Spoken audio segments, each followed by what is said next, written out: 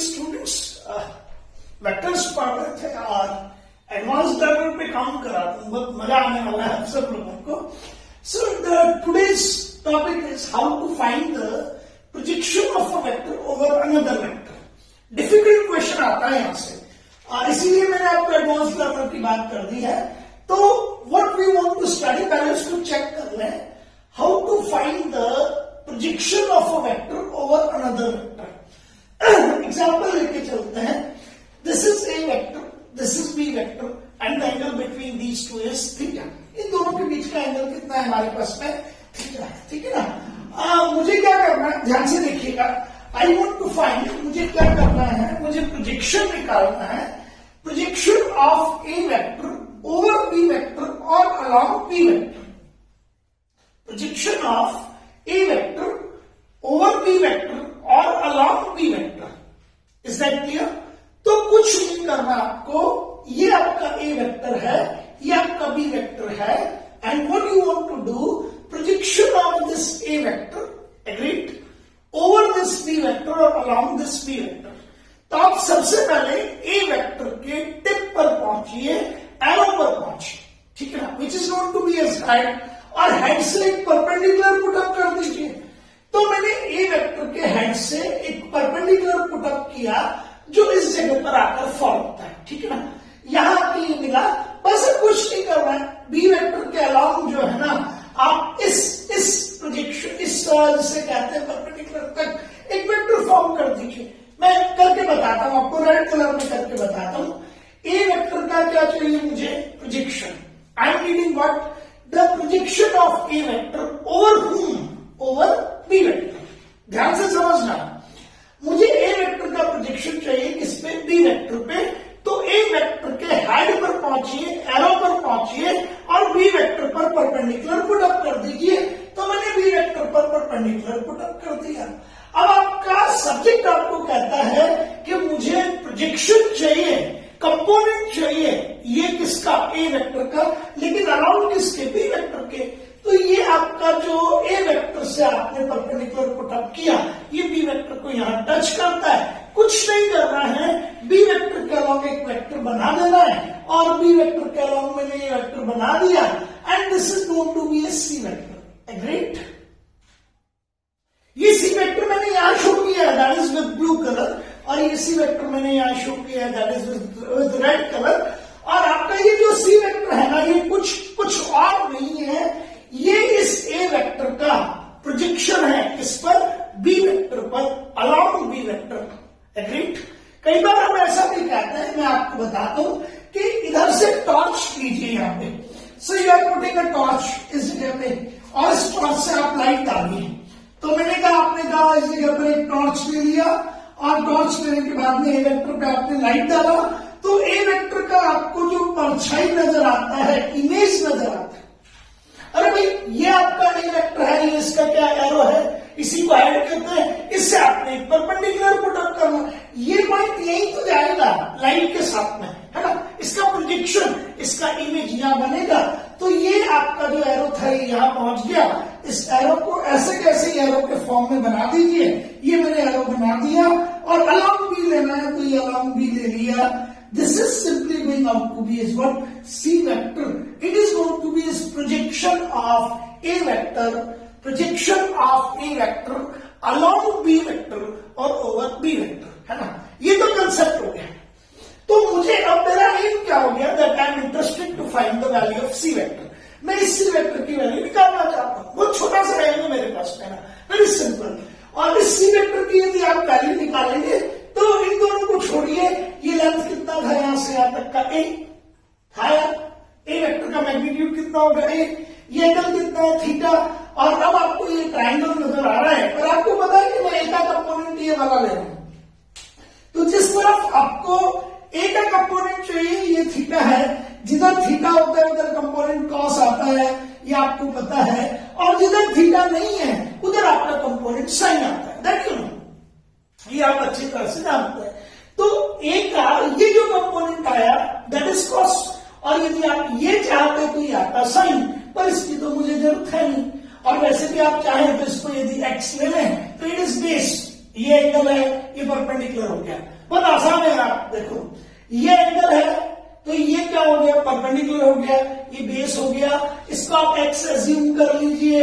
आप मुझे कहेंगे X, this is base divided by hypotenuse, it is equals to cos of theta, तो X is equals to क्या आ गया, ए कॉस थीटा। लेकिन हम सब लोग इसे डायरेक्ट लिखते हैं, ए का component along the angle it is cosine component, तो आपने ए कॉस थीटा लिख दिया। ये क्या है, आपके पास सी वेक्टर का मैग्नीट्यूड है। और सी वेक्टर की डायरेक्शन कौन सी, जल्दी से बताइए। तो सी वेक्टर की जो डायरेक्शन है वो अलोंग द बी वेक्टर है। तो बी वेक्टर के अलोंग जो यूनिट वेक्टर होना चाहिए वो बी कैप होना चाहिए।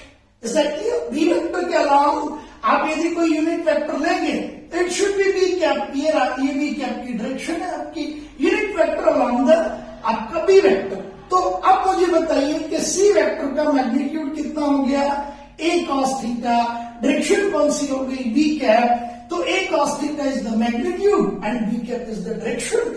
सो सी vector is equals to A cos theta B cap. अब क्या होता है कि बस यही एडवांस लर्नर है, इस पर यदि यहीं पे उठा के काम किया कि मुझे ए वेक्टर का मैग्नीट्यूड चाहिए, फिर दोनों के बीच का एंगल चाहिए, फिर मैं कॉसाइन निकालूंगा, फिर मैं बी कैप निकालूंगा, then and then I will be able to find the C vector. This is wrong, ये तरीका नहीं। थोड़ा सा आगे बढ़ जाना। अब ए कॉस थीटा से मुझे कुछ दिखता है, sir this is A vector, this is B vector, angle between these two vectors is theta. तो हर बार तुमने लिखा है that A dot B will be equals to what, A vector dot B vector will be equals to A B cos theta, है ना। A vector dot B vector it will be equals to A B cos theta, यही तो लिखा है आपने और थोड़े कुछ लिखा। तो मुझे ए कॉस थीटा नजर आया, तो यदि कोई मुझे कहता है कि बी भी होता तो I can replace it by A dot B, तो मैंने ऊपर भी बी से मल्टीप्लाई कर दिया, नीचे भी बी से मल्टीप्लाई कर दिया, तो न्यूमरेटर हो गया आपके पास में A B cos theta. The numerator is AB cos theta, agreed, divided by what, B, and then it is B cap. And B cap is what? Unit vector along the B vector. अब इसका formula आपको मालूम है। अब आप चाहे तो इसको B से कैंसिल कर दें, यार कोई नाराज हो जाए तो ये क्या, अरे ले भाई कैंसिल कर देते हैं, वापस A cos theta और B cap आ गया। तो कुछ चेंज तो किया नहीं हमने, लेकिन ये AB cos theta किसके इक्वल है? So this AB cos theta is equals to A dot B divided by B, and this is B cap, and B cap can be replaced by वो छोटे छोटे क्वेश्चन जो हमने concept builder के दौरान पढ़े थे, वो छोटे छोटे क्वेश्चन आप याद आते हैं। Sir B cap we are interested to find, B cap is the unit vector in the direction of B vector, ये रिवीजन है। जो लोग टेस्ट नहीं देते हैं, जो लोग प्रॉपरली अपने आप को इवैल्यूएट करवाने से डरते हैं, बहाने बनाते हैं कि सर मेरा रिवीजन नहीं हो पाया, वो definitely they are making their parents as well as their teachers, they are making them fool. अरे यार ये क्वेश्चन किया था ना हमने, that this is a A vector, find the unit vector in the direction of A vector. तो हमने निकाला था ना, A cap is equals to A vector divided by magnitude of A vector.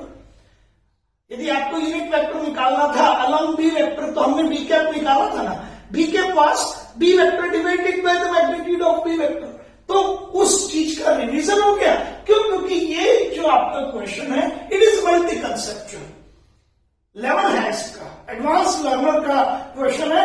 In general सामान्य आदमी इसे छोड़ देता है, तो आप सामान्य थोड़ी है यार, उससे ऊपर है ना, विशिष्ट बनना पड़ेगा। You should be special and you work like a special. तो मैंने कहा ठीक है, this is A B cos theta, I will replace it by A dot B, ये डी था ही सही, और B cap will be replaced by B vector divided by magnitude of B. अब बी इंटू बी कितना हो जाएगा, B square. तो ये कंप्लीट आपके पास चीज आ गई, that it will be A dot B divided by B square multiplied by what, b cap, and this is equals to what, c vector, and c vector is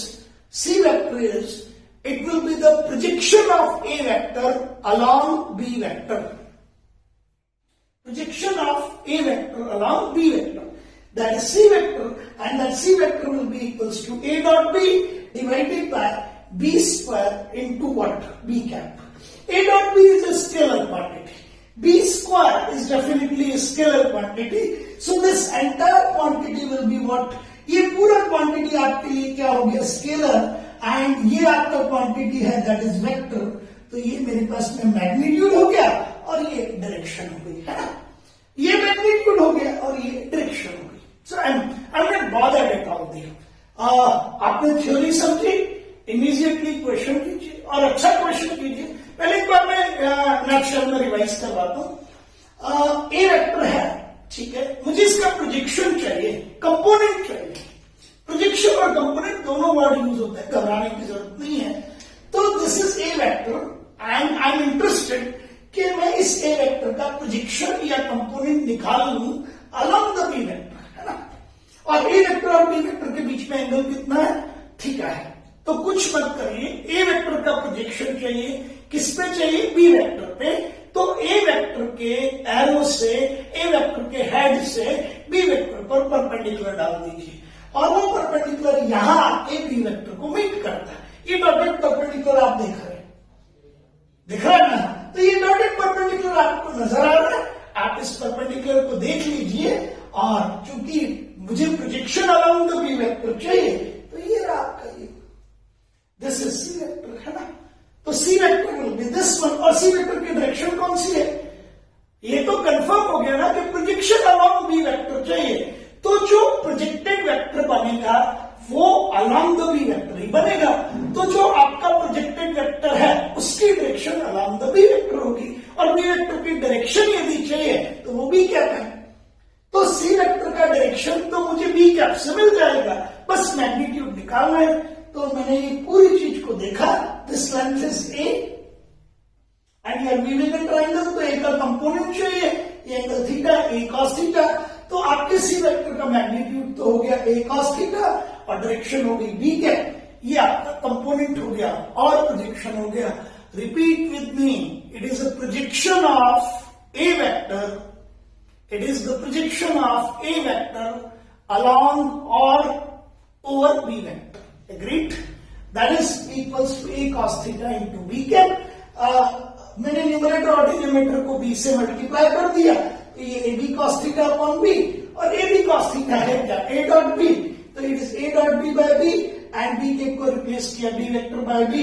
तो ये हो गया आपका B vector by B. तो B into B, B square, A dot B upon B square into B cap. अब ये जो quantity है ना आपकी, ये quantity, this is A dot B upon B square. ये आपके सी वेक्टर का मैग्नीट्यूड है. ये आपका ए कॉस थीटा की वैल्यू है. कई बार सिर्फ मैग्नीट्यूड पूछ ले तो you can go for that. Is that clear? वो बहुत आसान सी चीज है. This is magnitude. Let's go for a question. It is a beautiful question. यहां से फिर एक स्टेप और आगे लेके चलूंगा, मजा आ जाएगा आपको. कई बार क्या होता है, एग्जामिनर जिसे कहते हैं ना कि स्टूडेंट की इंटेलिजेंस को टेस्ट करता है कि यार तू इंटेलिजेंट कितना है. तो मैं वो चीज भी आपको अभी बताऊंगा कि हाँ क्या चीज पकड़नी होती है. देखो ब्रेन सब में होता है, सब में होता है. How you are applying it वो बहुत इंपॉर्टेंट है. कभी कभी सीखना कि ब्रेन अप्लाई कैसे किया जाता है. Find the projection of I के जे के, आई के प्लस जे के प्लस के के अलॉन्ग आई के माइनस जे के प्लस के के. फाइंड द प्रोजेक्शन ऑफ, इसका प्रोजेक्शन चाहिए. तो जिसका प्रोजेक्शन चाहिए वो कौन हो गया? प्रोजेक्शन ऑफ ए वेक्टर, है ना. So find the projection of I के प्लस जे के प्लस के अलोंग, इसके अलोंग चाहिए. तो ये कौन हो गया आपका? This is B vector. अब मेरे पास फॉर्मूला है that C vector that is the projection, it will be equals to A dot B upon B square into B cap. तो मैंने एज्यूम कर लिया that A vector is equals to I के plus J के plus K cap. Agreed? And B vector is equals to I के minus j के plus K के. अब ए वेक्टर का प्रोजेक्शन मुझे चाहिए बी वेक्टर पे. ए डॉट बी आप इजीली, ये तो फॉर्मूला हो गया, A dot B divided by B square into B cap. थोड़ा सा फास्ट चलेंगे हम लोग, ठीक है ना. बी कैप का ध्यान रखेंगे कि बी कैप कितना है आपके पास में. तो ये ए डॉट बी, ये बी स्क्वायर और ये बी वेक्टर, ठीक है. ए डॉट बी निकालो. This is A vector and this is B vector. अब वापस से क्वेश्चन है, ए dot B is equals to A X P X plus A Y B Y plus A Z B Z. Friend with a friend, coefficient with a coefficient. तो आपने कहा sir ये I cap और ये I cap, so it is 1 into 1. Formula is, एक बार वापस से लिख देता हूं आपके सामने, A dot B should be equals to AX BX plus AY BY plus AZ BZ, है ना? आई केप का कॉफिशिएंट 1, यहां भी 1 into 1. आई केप का कॉफिशिएंट 1, यहां -1, 1 into -1, 1 and 1, ये कैंसिल 1 आ जाएगा. तो A dot B तो कितना हो गया 1. एग्रीड. A dot B तो 1 हो गया ना. अच्छा, B वेक्टर का magnitude, so magnitude of B vector is equals to B, that will be root of I cap का कॉफिशिएंट का स्क्वायर 1 का स्क्वायर. क्यों लिख सकते हैं इसको, ये लिखिए. वैसे डायरेक्टली लिखना सीख गए हैं आप, पर फिर भी एक बार लिख देता हूं. तो ये 1 + 1, यहां इसको माइनस मत समझ लेना है, वो भयंकर गलती है, वो बहुत जबरदस्त. तो ये हो गया √3. ठीक है. सी वेक्टर कितना है, A डॉट बी कितना आया, A डॉट बी इज 1, ये रहा, मल्टीप्लाइड बाय बी वेक्टर आई के प्लस जे के प्लस के, आई के माइनस जे के प्लस के, ये रहा. A dot b 1, B vector कितना है, आई के माइनस जे के plus k divided by B square, और बी कितना था √3, उसका स्क्वायर कर दोगे 3. So C vector is equals to 1/3 आई के माइनस जे के plus k. Do you agree with that? बात समझ आ गई आपको सबको? ठीक है. अब हाँ बिल्कुल ठीक याद दिलाया कि सिर्फ अब कोई सा भी क्वेश्चन है आप आसानी से कर सकते हैं. Magnitude of A vector, magnitude of B vector, फिर ए बी का कोई जरूरत नहीं है. मैंने आपको पूरा जितना भी पॉसिबिलिटीज थी उतना सब कुछ थ्योरी में लेके शॉर्टेस्ट मेथड पे ले गया, लेकिन मैंने कंसेप्ट पे कॉम्प्रोमाइज नहीं किया. But you should be known के आपके पास में ये आपको पता होना चाहिए कि प्रोजेक्शन का मीनिंग क्या है. I am finding the projection of A vector over B vector. तो ए वेक्टर को गिराना है बी वेक्टर पर, ये projection of A vector over B vector है. हो सकता है projection of B vector over a vector पूछे, तो फिर बी वेक्टर को गिराएंगे किस पे, ए वेक्टर पे. बट वो एक ही बात है, उसमें कोई डिफरेंस नहीं है. ठीक है ना. अब ध्यान से देखना कि जो बात मैंने तुम्हें कही थी और तुमने मुझे याद दिला दी कि सर कई बार आपका एग्जामिनर इंटेलिजेंस को टेस्ट करता है. तो आपके एग्जामिनर ने इंटेलिजेंस टेस्ट की आपकी और क्वेश्चन आपको दिया एंड यू रेडी के सर अभी कर देते हैं. ठीक है.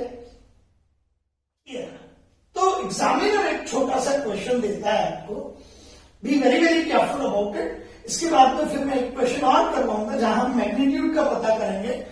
तो मैंने आपसे ये कहा कि फाइंड द प्रोजेक्शन ऑफ आई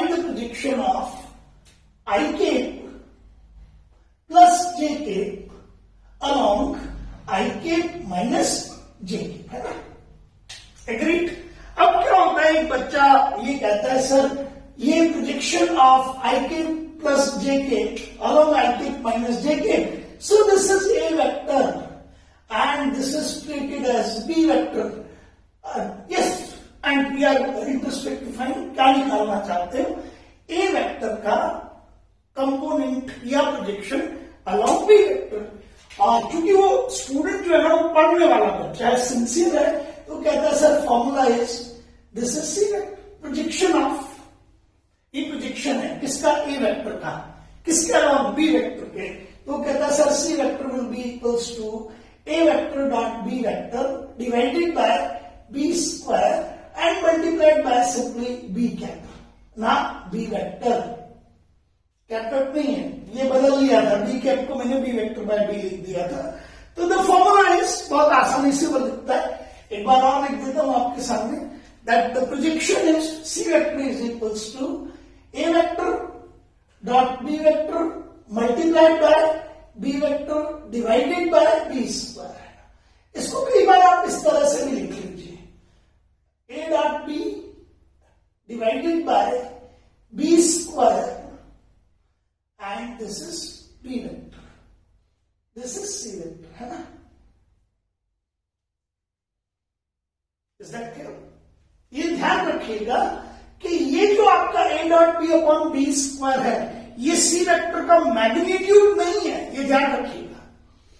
ये जो मैंने आपको बताया था a dot B upon b जो है, ये रहा, आप इसे चाहें तो ये लिख सकते हैं, सी वेक्टर इज इक्वल्स टू, यहां पर इस जगह देखिएगा, ये भी क्या है, ये यूनिट वेक्टर है, तो ये जो बची हुई क्वांटिटी है आपके पास में, this is simply going out to be S, ये क्या चीज हो गई आपके पास में, ध्यान से देखिएगा,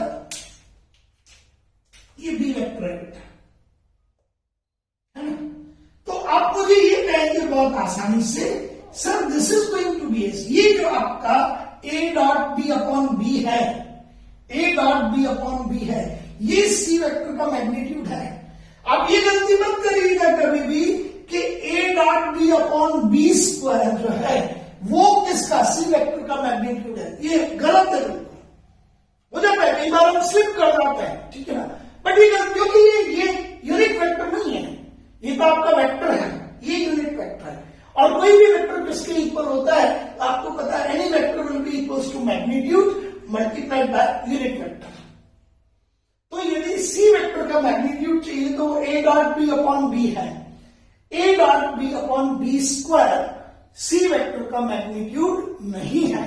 don't commit this kind of mistake, कई बार स्लिप कर जाते हैं, ये दिखता है ऐसा, पर ये बी वेक्टर है तो बी कैप नहीं है ना।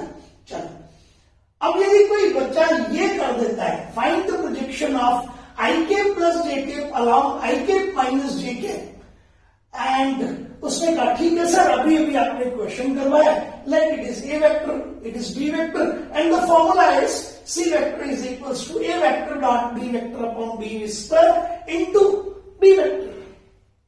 अब बेचारा आगे बढ़ता है, इतने में कुछ इस तरह के बच्चे हैं जो इस स्टूडेंट को जब ये काम कर रहा है तो वो मन ही मन हंस रहे हैं।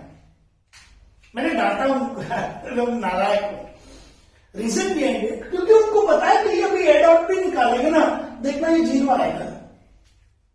और जिस बच्चे ने यहां ये लिख के फिर उसे लगा अरे यार ए डॉट बी निकालूंगा कोई मैं, तो ए डॉट बी का फॉर्मूला कितना है जल्दी से बताओ, x P X plus A Y B Y plus A Z B Z, coefficient का कॉफिशिएंट के साथ मल्टीप्लीकेशन। आई टिप का कॉफिशिएंट कौन है, यहाँ 1, और यहां पे भी कौन है 1, सो 1 इंटू 1 1, यहां कौन है जे केप का कॉफिशिएंट 1, यहां कौन है जे केप का coefficient -1, and it is 1 minus 1, that will be equals to what, that will be equals to 0, है ना। अब उसे लगा यार अच्छा, ये लोग इसलिए हंस रहे थे मुझे कि मैं जबरदस्ती इस फॉर्मूले को लिख रहा था, बिकॉज ऑफ द फैक्ट कि जैसे ही उन्होंने देखा कि ए वेक्टर और बी वेक्टर म्यूचुअली परपेंडिकुलर है, तो भैया फिर कोई किसी भी तरह का प्रोजेक्शन नहीं होता। If two vectors are mutually perpendicular to each other, if A vector and B vector are mutually perpendicular to each other, then the projection of A vector over B vector or along B vector will be 0. मैं बताता हूं आपको, ये तो यहां तो दिख ही गया, बट आप यहां भी देखिए, ये A वेक्टर है ना, ये रहा, और ये B वेक्टर है, ये रहा, और दोनों के बीच का एंगल कितना है, यहाँ पे 90 डिग्री है।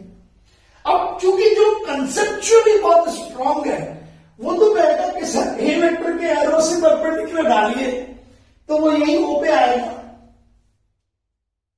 ये तो ओ पे नहीं आया था, क्यों, क्योंकि शिफ्टेड था, या तो लेफ्ट पे या राइट पे, है ना। लेकिन परपेंडिकुलर होते ही तो यहां से आप एरो से या इसके हेड से परपेंडिकुलर डालेंगे तो वो पे ही आएगा, और ओ से आपको कोई लेंथ मिलेगा नहीं।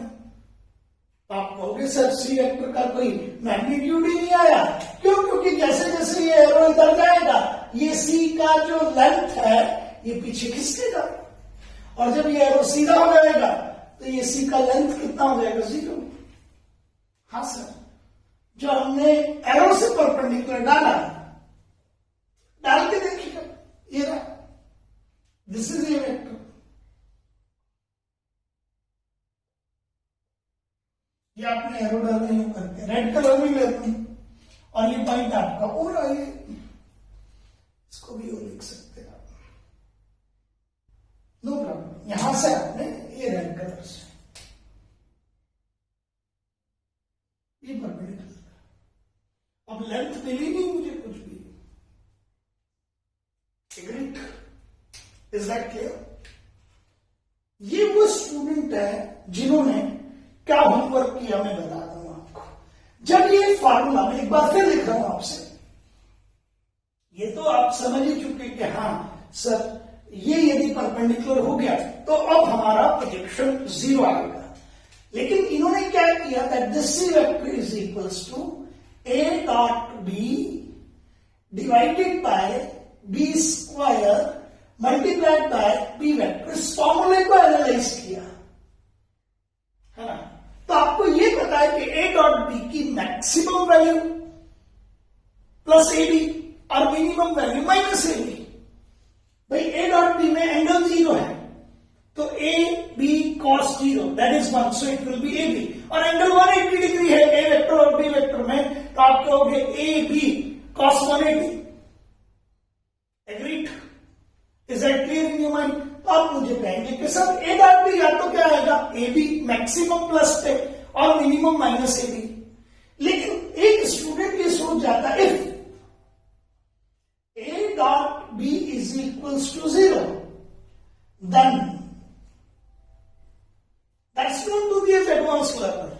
तो उसने, क्योंकि a dot b को वो समझता है, जानता है, आप भी जानते हो, पर आपने वो काम नहीं किया, वो कर गया। If a dot b is 0, then c vector will be equals to 0 divided by b square, and this is b vector। Ultimately it will be coming as what? 0। अब उसने ये सोच लिया कि भाई मेरा एग्जामिनर यहां से ना गेम खेल सकता है, इस जगह से मेरी इंटेलिजेंस को टेस्ट कर सकता है। Is that clear? समझ रहे आप मेरी बात? हाँ बिल्कुल, इस जगह से वो टेस्ट कर सकता है। क्या टेस्ट किया आपके एग्जामिनर में कि a डॉट बी यदि 0 है तो फिर आपका प्रोजेक्शन कितना आएगा, 0। ठीक है ना? तो उसने आपसे पूछा कि find the projection of I के प्लस जे के अलॉन्ग आई के माइनस जे के, और आप अपना काम करने लगे। आपने ये फॉर्मूला लगाया, डेफिनेट बात है ए डॉट बी आप निकाल भी लोगे और 0 आएगा, लेकिन आपका आंसर सही होने के बावजूद आप उससे पीछे रह गए, क्योंकि इतनी देर में वो 2-3 क्वेश्चन और कर गया। क्यों? क्योंकि उसने होमवर्क किया। That's known to be as thought process, that's known to be as homework. कि if there is the value of a dot b 0 means two vectors are mutually perpendicular, that time the projection of a vector over b vector will be definitely 0। तो उसने यहीं से पता लगा लिया। ठीक है ना? तो ये दूसरा क्वेश्चन था एग्जाम्पल 2, और अब मुझे पता है कि आप फंसोगे नहीं, कोई भी कर लोगे। ठीक है? Is that clear? चलिए एक एग्जाम्पल और करा देता हूं। ये थोड़ा सा डिफिकल्ट है इन द सेंस कि आपको सेंसिबल बनना पड़ेगा। फाइंड द, यहां वर्ड थोड़े से चेंज हो जाते हैं। Find the length of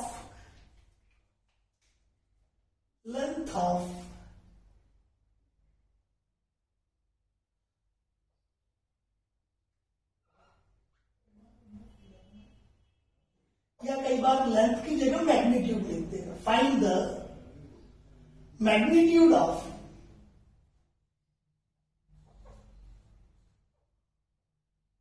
the projection of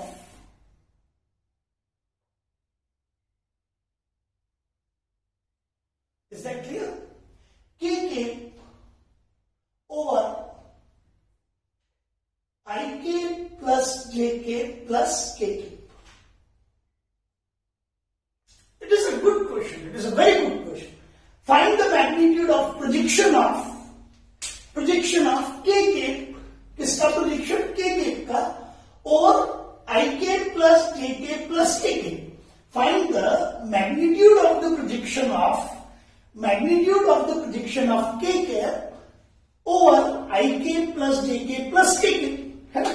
तो ये कौन हो गया आपका ए वेक्टर। इसका क्या चाहिए प्रोजेक्शन, किस पे चाहिए? B vector. So I am interested to find the projection of this A vector over B vector. Do you agree with me? चलिए, फॉर्मूला क्या है और इसका भी क्या चाहिए मुझे? मैग्नीट्यूड। तो प्रोजेक्शन वेक्टर को आप लिख सकते हैं projection of A vector over is C vector. And what we are requiring, magnitude of C vector is equals to C. I am requiring that. इसके बहुत सारे तरीके हैं. इट इज मतलब जिसे कह सकते हैं कि method 1 and method 2. Method 1 conventional है और मेथड 2 अभी मैं करके बताऊंगा, वो ब्रिलियंस है उसमें, वो जबरदस्त है. मेथड 1 में स्टूडेंट करेगा क्या, सी वेक्टर निकालेगा और फिर उसका मैग्नीट्यूड निकालेगा. तो C vector will be equals to A dot B multiplied by B vector divided by B square. लीजिए ए डॉट बी निकालते हैं बहुत आसानी से. यहां पे आई केप का कॉफिशिएंट 0, यहां 1, सो 0 इंटू 1, फिर यहां कॉफिशिएंट 0, फिर 0 इंटू 1, फिर हो गया ये 1 into 1, so 1 into 1, so it will be coming as 1. A dot B is 1. Magnitude of B vector निकाल लीजिए, वो भी बहुत आसान, दैट इज बी. आप निकाल लेंगे आई के प्लस जे के प्लस के के, तो रूट ऑफ 1 का स्क्वायर प्लस 1 का square, it will be root 3. B square 3 हो जाएगा. अब आपका सी वेक्टर कितना आया, तो C vector will be coming as A dot B is 1. B vector कहां है आपका, इट इज आई के प्लस जे के प्लस के के और नीचे b square, it will be 3. Then your c vector will be coming as 1/3 आई के plus 1/3 जे के plus 1/3 के के. और उसमें सी वेक्टर थोड़ी पूछा था आपने से. Find the magnitude of the projection of के केप ओवर आई के प्लस जे के प्लस के के. ठीक है, तो इसका मैग्नीट्यूड निकाल लीजिए. So magnitude of C vector will be, देखते हैं कितना आता है, यहां लिख देते हैं. पहले तो ये बताइए सी वेक्टर कितना आ गया आपके पास में. So you are getting c vector as A dot b 1, B vector कितना आई के plus a k plus k और बी स्क्वायर कितना, that A dot B will be equals to this one. Magnitude of b is root 3, b square is equals to 3. तो आपने कहा sir it is I के plus J के plus K by 3. ये रहा. C vector will be equals to I के plus J के plus K by 3. That will be 1/3 I cap plus 1/3 jk plus 1/3 kk. Do you agree with that? Is that clear? बहुत बढ़िया. अब आपको magnitude of C vector निकालना है, that is c, and that will be equals to root of 1/3 का square plus 1/3 का square plus 1/3 का square, root of 3 times 1/3 का स्क्वायर. एक 3 कैंसिल हो जाएगा, इट इज 1/√3. ये 9, ये 1/3. You got that. This is method 1. It is for those students जो अभी जो है मतलब जिन्हें बनना है, जिन्हें अभी थोड़ा सा आगे जाना है. ठीक है, बट इनको रोक नहीं सकता कोई भी. वो पूछ बैठे, सपोज ध्यान से देखना, मैं यहां इसको मेथड 1 पे खत्म करके निकल गया, टाइम हो गया क्लास का, मैं निकल गया, तो वो स्टूडेंट है जो आते ही पूछता है सर मेथड 2 क्या था. आप कह रहे थे ना मेथड 2 बहुत ब्रिलियंट है, इसमें मजा आया थोड़ा सा, तो मुझे पता पड़ गया ये कैसा है. इसको डेफिनेट बात है कि चाहता है कि ये आगे बढ़ जाए, तो मैंने मेथड 2 लिया. और मैंने मेथड 2 में बच्चे को कहा, स्टार भी लगाया, बेटा तेरा सी वेक्टर किसके इक्वल था. तो उसने कहा सर यहां से मेरा सी वेक्टर आया था, that was a cos theta b k. और ये चलते हुए हम गए थे that it was a dot B divided by b into b k, है ना, याद करो यार. और फिर मैंने बी के की वैल्यू लिखी थी, बी वेक्टर बाय बी, जिससे हमारा फॉर्मूला आया था. अब कोई बच्चा कहेगा सर ये तो क्या है, यूनिट वेक्टर, और ये क्या है, ए dot b numeral quantity. A dot b क्या आएगा, स्केलर, नीचे बी क्या आएगा, स्केलर. तो आप कह सकते हैं कि सर ये C vector is equals to, ये आपका क्या है, मैग्नीट्यूड है, और ये क्या है आपके पास में, ये डायरेक्शन है. तो आपके पास सी वेक्टर का जो मैग्नीट्यूड है C, that will be equals to, क्या लिख रहा हूं आपके सामने, magnitude of C vector will be equals to C, that will be equals to A dot B upon B. ये उस बच्चे ने किया हुआ है, तो वो बी स्क्वायर नहीं करता और फिर आगे नहीं बढ़ता। अच्छा, ए डॉट बी कितना आया था, तो ए डॉट बी तो आप फिर करके देख लीजिए, 0 इंटू 1 0, 0 इंटू 1 0, 1 इंटू 1 1, तो ए डॉट बी तो था 1, और बी वेक्टर का मैग्नीट्यूड कितना था, तो root of 1 square plus 1 square plus 1, that was 3, and his answer is 1/रूट। अब डिफरेंस बताओ। मैंने इसीलिए जोर देके कहा था कि इस स्टेप का ध्यान रखना, हो जाता है, स्लिप कर जाते हैं, टीचर्स भी कर जाते हैं, मैं भी कर सकता हूं। C vector is equals to A dot B upon B into B cap, and that will be equals to A dot B upon B square into B vector. तो ये तो सी वेक्टर है, ये सी वेक्टर है। लेकिन कोई कहे sir ये ए dot B upon B square, क्या इस सी वेक्टर का मैग्नीट्यूड है, क्या इस प्रोजेक्शन का मैग्नीट्यूड है? नो। क्यों? क्योंकि ये क्वांटिटी बी वेक्टर से मल्टीप्लाइड है, जो कि यूनिट वेक्टर नहीं है। किसी भी वेक्टर का मैग्नीट्यूड यदि यूनिट वेक्टर से मल्टीप्लाई होता है तब वो वेक्टर बनाता है। तो मैं पीछे आया, a dot B upon b, A dot B upon B into B cap.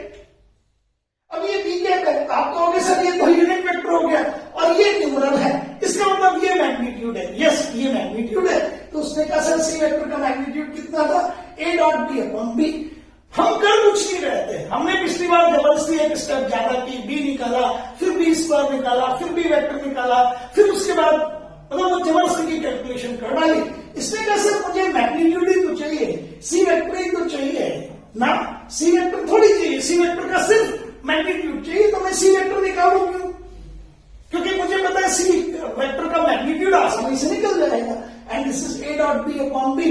A dot b यहां से लिखा आपको कितना, ए डॉट बी लिखा आपको 1 और मैग्नीट्यूड ऑफ बी वेक्टर दिखा आपको √3। फिर आंसर विल बी 1/√3, है ना। बस इसी तरह से क्वेश्चंस करते रहिए और आगे बढ़ते रहिए। बहुत आसान सी चीजें हैं, कुछ भी हो यार। देखो, चाहे आप इस समय चलें तो कंसेप्ट बिल्डर कोर्स पे चलें, वो फाउंडेशन है, वो बहुत जरूरी है। लेकिन सिर्फ कंसेप्ट बिल्डर से काम नहीं चलता, उसके आगे एडवांस लर्नर भी चाहिए। तो मैंने कंसेप्ट के साथ में आपको एक कंसेप्ट बताया, कंसेप्ट पे जो जिसे कहते हैं जहां स्टूडेंट गलतियां करते हैं, जो मेरा एक्सपीरियंस है कि यहां गलतियां होती हैं, वो गलतियां बताई आपको किस जगह गलती हो जाती है। और फिर एक कंसेप्ट पे मैंने आपको सिर्फ एक क्वेश्चन नहीं करवाया, 3 क्वेश्चन करवाए। और फिर देखिएगा अभी क्रेडिट जी के पेज पे भी आप एक और क्वेश्चन आपको इसी कंसेप्ट पे मिलने वाला है, वो भी बहुत बढ़िया क्वेश्चन है, जरूर कर लीजिएगा। Goodbye, thank you.